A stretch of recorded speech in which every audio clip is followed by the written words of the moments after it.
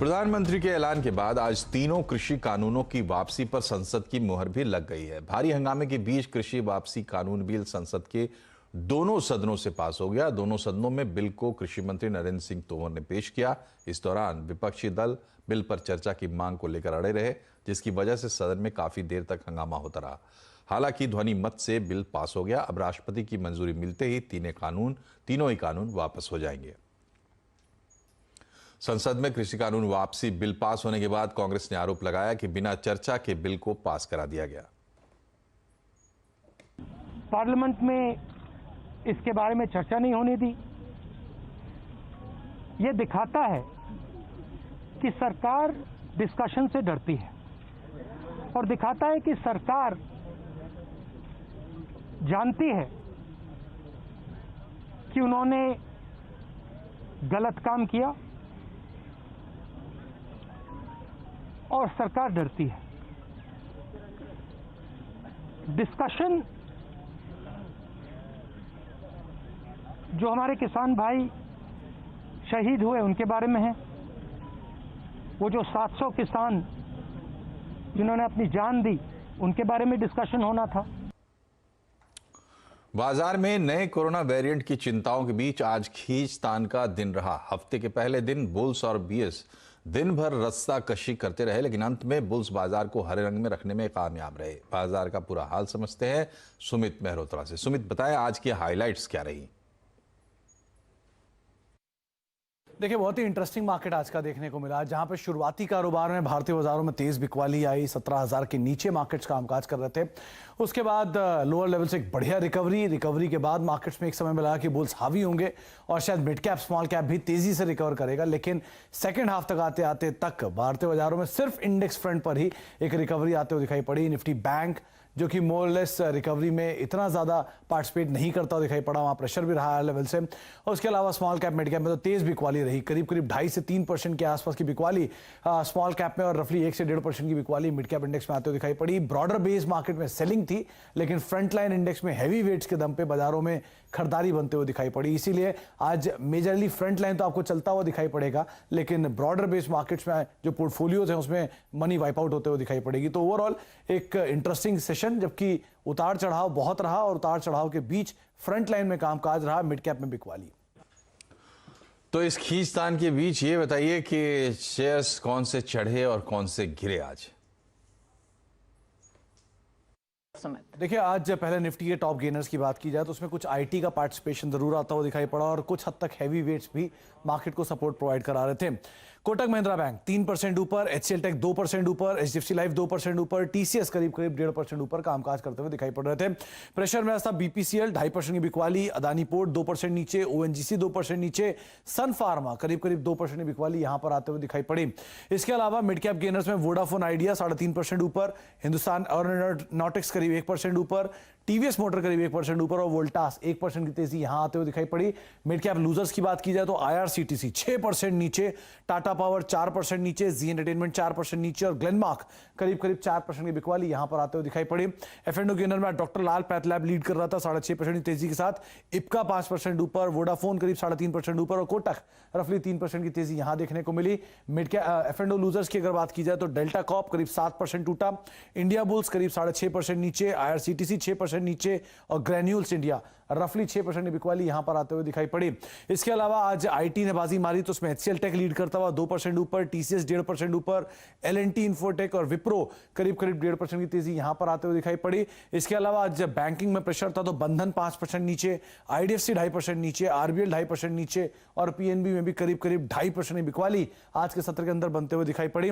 Metal में सबसे ज्यादा प्रेशर था हिंदुस्तान कॉपर में, रत्नामणि मेटल में, वेदांता में और सेल में, जहां पर करीब 1 से लेकर 5% तक की बिकवाली आते हुए दिखाई पड़ी। और लास्टली ऑटो में अशोक लेलैंड, अमर राजा, एमआरएफ, हीरो मोटोकॉर्प, इन सब में आज करीब 1.5 से लेकर 3% तक की बिकवाली आते हुए दिखाई पड़ी। तो ओवरऑल ब्रॉडर बेस मार्केट में सेलिंग, फ्रंट लाइन में बाइंग, वो भी हैवी वेट्स के दम पे, जिसके आधार पर मार्केट हर निशान में आज बंद हुआ।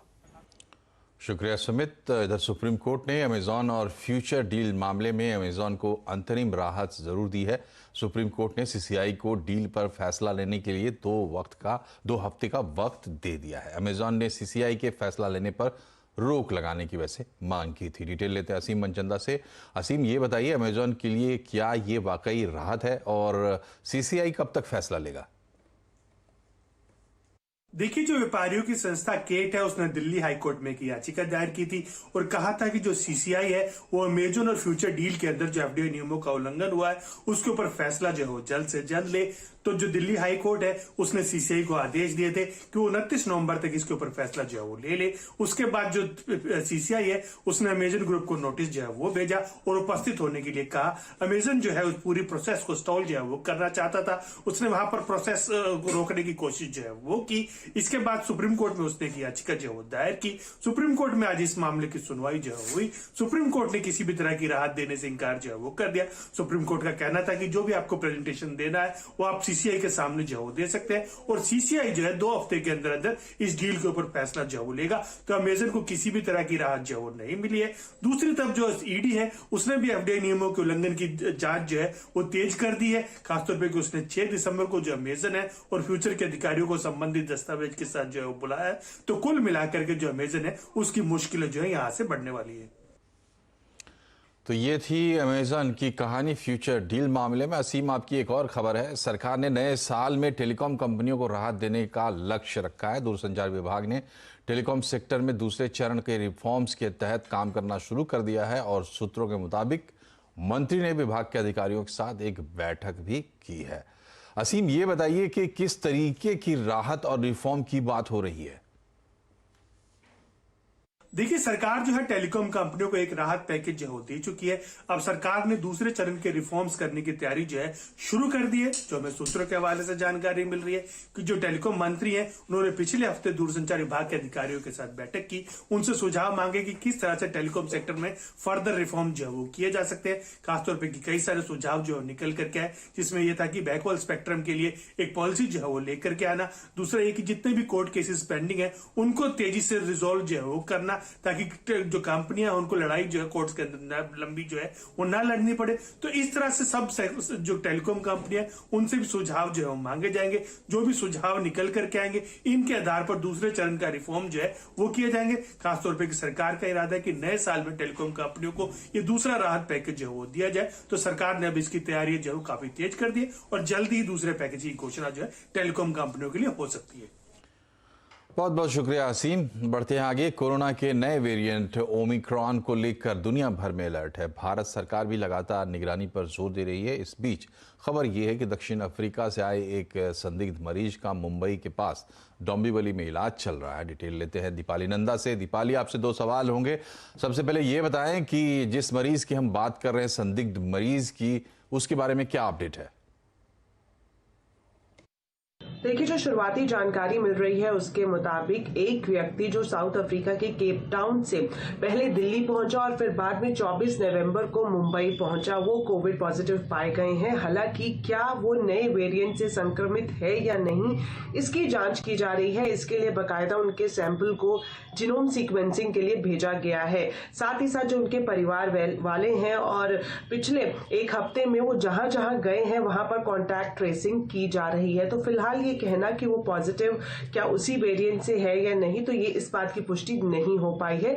लगातार सरकार, राज्य की सरकार और केंद्र सरकार इस पूरे मामले पर नजर बनाए हुए है। तो दीपाली, अपने यहाँ कोरोना तो अभी कंट्रोल में है, लेकिन ओमिक्रॉन के आने के बाद सरकार ने एडवाइजरी जारी की थी, उसको फिर से रिवाइज और सख्त किया गया है। तो सरकार की क्या एडवाइजरी है?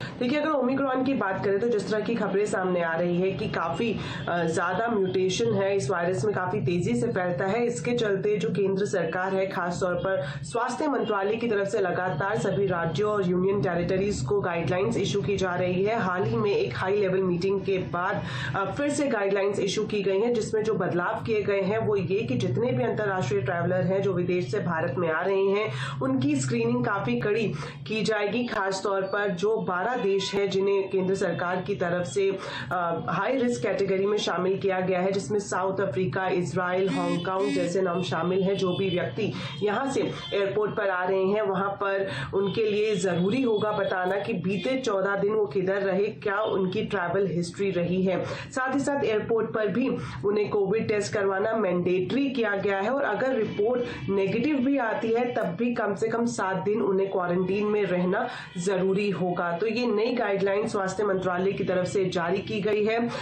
इसके पीछे जो सबसे बड़ी वजह है वो यही कि जिस तरह से हमने देखा है कि अभी एक केस हमें मुंबई में आता हुआ दिखाई दे रहा है, हालांकि पुष्टि नहीं की गई है। वहीं 2 केसेस और हैं जो कर्नाटक में पाए गए हैं, हालांकि उनके सैंपल की भी जीनोम सीक्वेंसिंग की जा रही है। तो कहीं पहले जैसी स्थिति देश में उत्पन्न ना हो जाए, यही वजह है कि सरकार ये तमाम रिस्ट्रिक्शंस दोबारा से लगाती हुई नजर आ रही है। जी, तो सावधानी ही सुरक्षा है। बहुत बहुत शुक्रिया आपका दीपाली। बढ़ते हैं आगे। जीएसटी कलेक्शन में इस बार पिछले सभी रिकॉर्ड टूट सकते हैं। इससे पहले इसी साल अधिकतम 1,41,000 करोड़ रुपए का जीएसटी कलेक्शन हुआ था।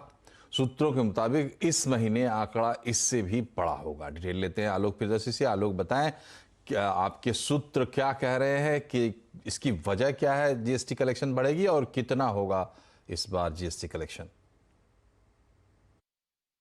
बिल्कुल, देखिए इस बार की अगर बात करें तो जीएसटी कलेक्शन से सरकार को रिकॉर्ड तोड़ कमाई होने की उम्मीद है।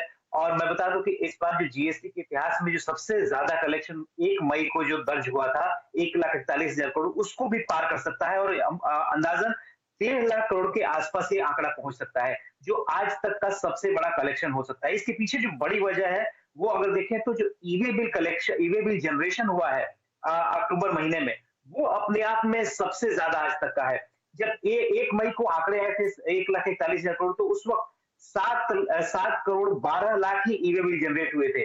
लेकिन अगर इस बार की बात करें तो इस बार जो ईवे बिल जनरेट हुआ है 7 करोड़ 35 लाख से ज्यादा ईवे बिल जनरेट होते हैं। तो ईवे बिल जनरेट ये दर्शाते हैं कि एक जगह से दूसरी जगह माल कितनी ढुलाई हुई है, और ये आंकड़ा अपने आप में दर्शाता है कि इस बार जो कलेक्शन है वो काफी बम्पर होने वाला है और कहीं पिछले बार के मुकाबले ज्यादा। तो कुल मिलाकर 1.5 लाख करोड़ के आसपास का ये फिगर बन सकता है इस बार की जीएसटी कलेक्शन से। बहुत बहुत शुक्रिया आलोक। और यहां पर हम रुकते हैं छोटे से ब्रेक के लिए। खबरें अभी और भी हैं, बने रहिए आवाज समाचार के साथ।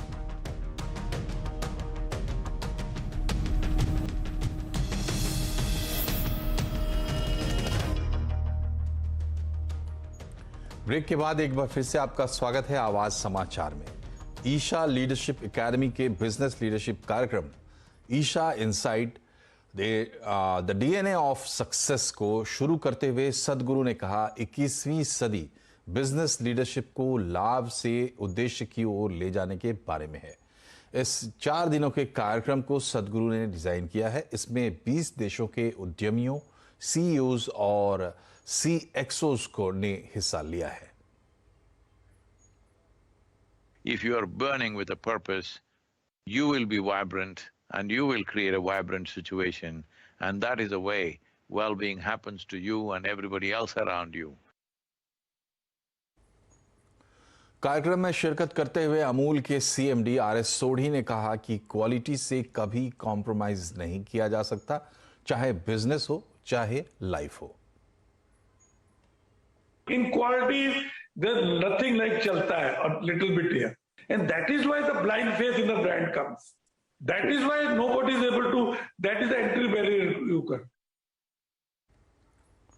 और अब कोरोना से जंग में हमारी खास मुहिम संजीवनी ए शॉट ऑफ लाइफ।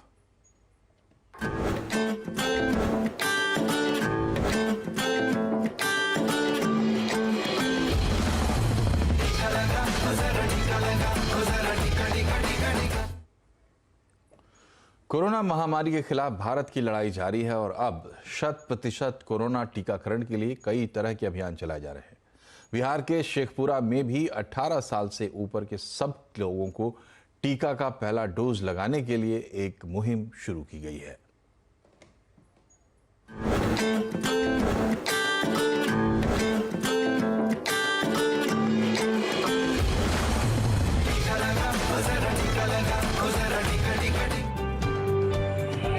बिहार के शेखपुरा में ये हरी झंडी स्वास्थ्य कर्मियों की गाड़ियों को दिखाई जा रही है। स्वास्थ्य कर्मियों की ये टीम शेखपुरा जिले के हर गांव तक पहुंचेगी और लोगों को कोरोना टीका के लिए जागरूक कर टीका भी लगाएगी। जगह छूटे हुए हों तो उसको पूरा करने के लिए कल फिर हम लोग कुछ जगह पे लगाएंगे जहां हमें लगता है कि छूटा हुआ है। जिला स्वास्थ्य समिति ने शेखपुरा में सभी लोगों को टीका सुनिश्चित करने के लिए घर घर दस्तक अभियान शुरू किया है, जिसमें जीएनएम कॉलेज की छात्राओं को टीका लगाने के लिए गांव में भेजा गया। यहां प्रशासन ने 18 साल से ऊपर के सभी लोगों को टीके का पहला डोज लगाने का लक्ष्य रखा है। दरअसल शेखपुरा जिले में सभी योग्य लोगों को फर्स्ट डोज लगाने का काम अगस्त में ही पूरा हो गया था, लेकिन अगस्त के बाद जो लोग 18 साल के हो गए उनके लिए ये मुहिम चलाई गई है। कोरोना वायरस के नए वेरिएंट ओमिक्रॉन का पता चलने के बाद जिला प्रशासन की ये मुहिम काफी अहमियत रखती है, क्योंकि टीका ही उपाय है जिससे कोरोना से जीवन बचाया जा सकता है। Bureau report, news 18 network.